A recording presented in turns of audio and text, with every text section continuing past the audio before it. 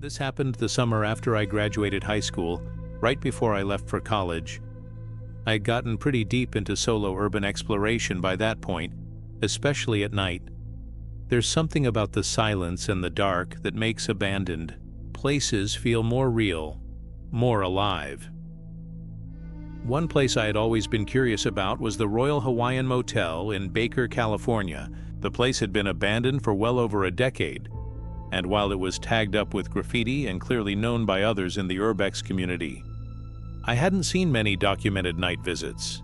I figured it'd be a simple late-night trip. I couldn't have been more wrong. I parked my car a little off the road, maybe 50 yards from the building.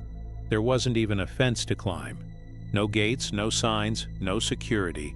Just an eerie silence under the desert night sky. It was sweltering during the day, especially in Baker, so night visits made the most sense. With my backpack slung over one shoulder and my flashlight in hand, I started walking toward the motel. The building was a shell of what it once was, half. The upstairs doors were broken or left hanging open, windows shattered, graffiti covering nearly every surface. A section of the motel looked like it had been gutted by fire. There was a large empty swimming pool out back filled with trash and tags. The air smelled like hot dust and old paint. As I walked past the deep end of the pool, I paused. Something didn't feel right. I shook it off. I'd been in dozens of places like this. Creepy feelings came with the territory. I climbed back up and walked the outer perimeter. The silence was absolute. No cars, no crickets, just the crunch of broken glass beneath my boots. Then I heard it. A voice. A woman's voice. It was faint, maybe 30 feet away, somewhere near the upper floors. I froze. This is the kind of thing you always hope won't happen. Your first thought is someone squatting here? Or, is this security? I shut off my flashlight instantly and ducked into one of the downstairs rooms. My heart was racing. I waited there in silence for a solid minute. No footsteps, no other voices. Just the occasional drip of water or creak of some metal shifting in the breeze. I slowly turned my flashlight back on and scanned the room. Graffiti, old mattress, a dresser missing 2 drawers. The place looked like no one had touched it in years. I had the weird thought that someone might still sleep here, but it was so isolated, miles from anything. Who would? I left the room and kept moving, slowly, making my way along the lower level. Each room looked more or less the same. Decayed furniture, peeling wallpaper, strange scribbles and murals on the walls. That's when I heard the crash. It came from the floor above me, like a piece of furniture, falling or someone knocking something over. My whole body went cold. I stepped out, aimed my flashlight up at the walkway above. A broken door swayed slightly in the breeze. Against every instinct, I started climbing the stairs to the 2nd level. The walkway groaned under my weight. I peeked into the first few rooms, more of the same. Junk, rotting wood, dead silence. Then came the sound.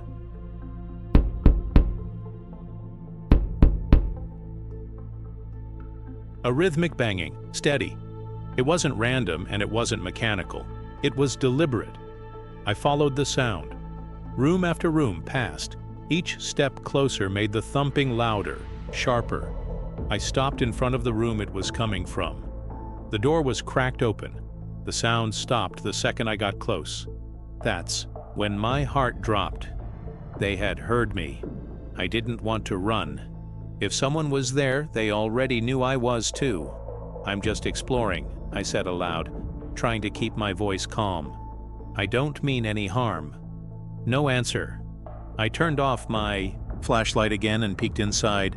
It was pitch black, but I swear I saw a figure. Just a faint silhouette standing in the far corner of the room, not moving. I stepped back, heart pounding.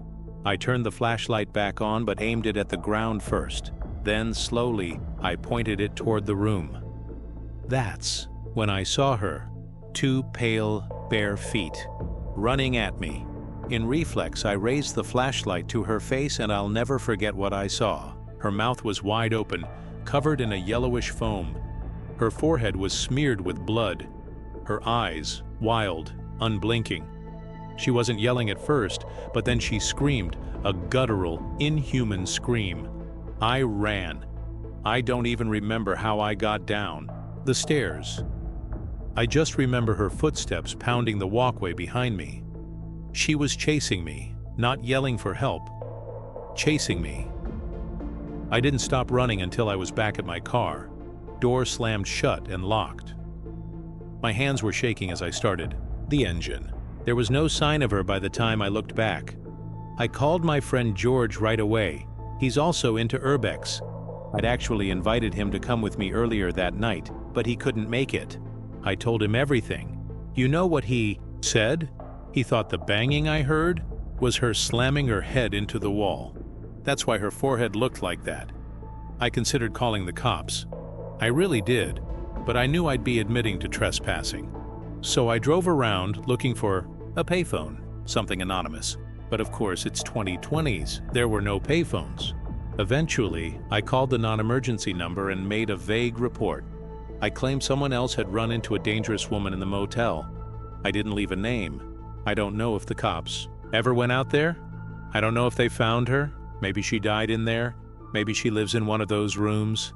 Maybe she's still banging her head against that wall. But I've never gone back, and I never will.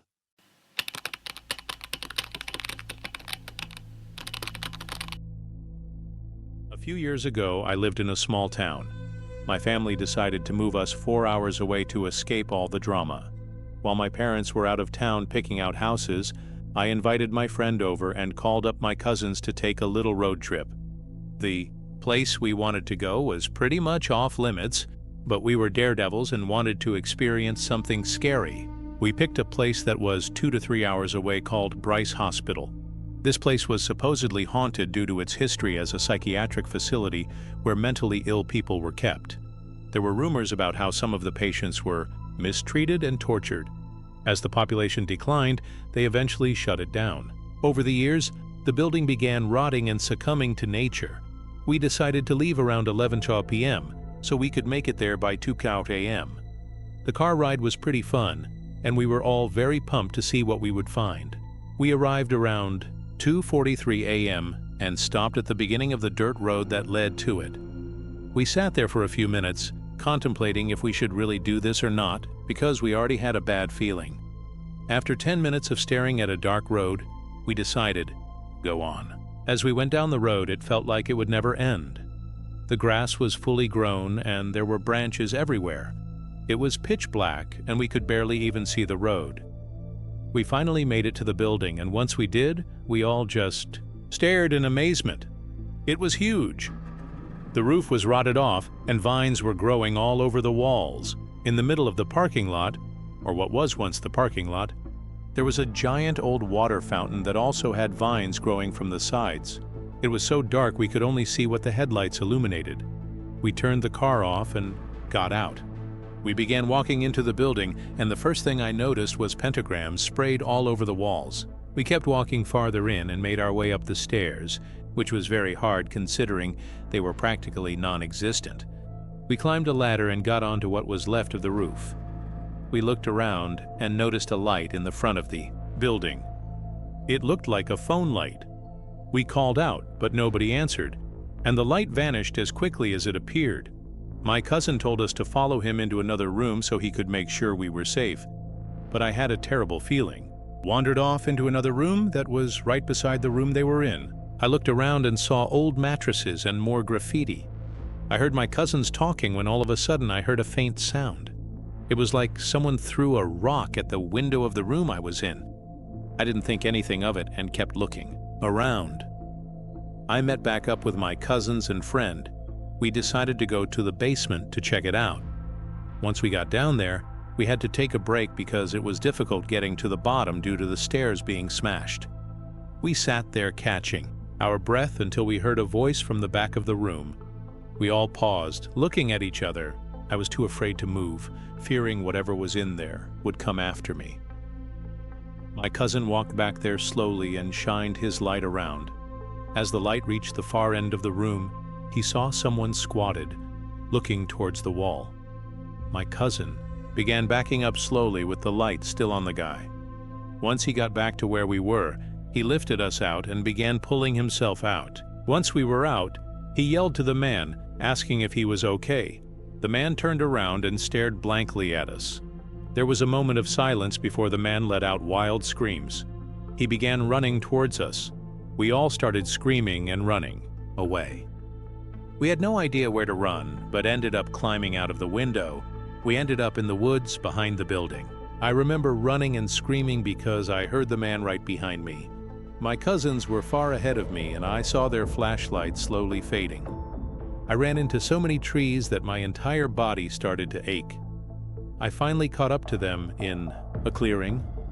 We found a trail and started trying to find our way back to the car, but we ended up going the wrong direction for an hour and decided to turn back and try the other direction. It was a grueling way back, but we finally saw the building again and sighed with relief, knowing we weren't far from the car. As we approached the car, we heard rustling in one of the bushes by the building, and like before, a rock flew out and hit my friend. We saw the man emerge from the bush, and we had to make a run for the car. As we were running, the man was a decent length behind us to where we could open the doors and lock them. Once we got in, we started up the car, and when we did, the headlights turned on only to show the man running towards us. He started banging on the windows with a glass bottle. We put it in drive and took off out of there. The whole entire time, we were heading home. We sat in silence. I think we all felt the same sense of shock. My body was shaking. After that night, we never had any interest in urban exploring ever again.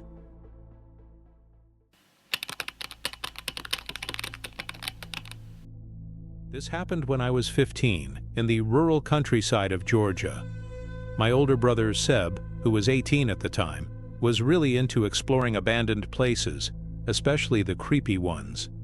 He'd go down internet rabbit holes, watch those, Urban Explorer, YouTube channels, and sometimes even talk to locals about places that had stories behind them. One day, Seb heard about an old, abandoned house that was supposedly hidden somewhere deep in the woods, not far from where we lived. He got the location from someone he knew, probably a friend of a friend, and convinced me to go check it out with him.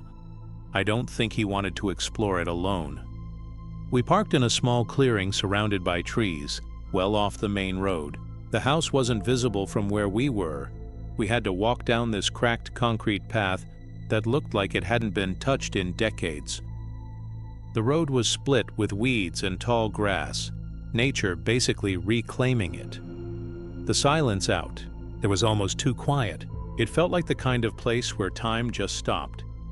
That's when we noticed a woman behind us, walking the same road in our direction. She wasn't there before. I asked Seb what we should do, and he whispered back, "Just keep walking. If we run, it'll look weird." She kept her hands folded behind her back as she walked, like she was on a peaceful stroll. But something about her felt wrong. Her posture was too stiff, her gait too smooth. She wasn't carrying anything, wasn't looking at the road, just staring at us. We picked up our pace slightly. I looked back again. She was closer now, smiling. Then she said, "Lovely day today, isn't it?" Seb and I both awkwardly said, "Yeah." She kept walking, getting uncomfortably close, still with that same smile and those hands folded behind her. Then she said something that completely froze my blood. "I have to go to bed now." She was right behind us when she said it. Seb and I locked eyes for a split second, and without saying a word, we both started walking faster. Not quite running, but not far from it. Seb turned and gave her a polite, "Have a great day, ma'am," and that was the last we saw of her. When we turned back around minutes later, she was gone. No sound, no movement, no trace of her on the road, which meant she had gone into the woods. That realization sent a cold chill down my spine. We pressed on and eventually found the house. It was even bigger than we imagined, but completely deteriorated. Ivy vines crawled up the walls. Some windows were shattered. We entered through one of those, being careful not to cut ourselves. Surprisingly, a lot of stuff was still inside. Worn furniture, old wall decorations, even plates still sitting on a dusty coffee table. When we checked the fridge in the kitchen, there were rotten food items inside. The smell when Seb opened it made me gag. It was like something had died in there. We moved down to the basement.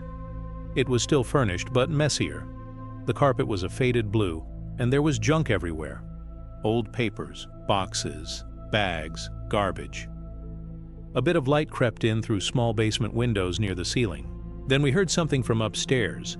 A loud thump. We froze, not breathing, listening. Nothing followed. We figured maybe it was just the house settling, old wood creaking, that kind of thing. Still, we were both on edge.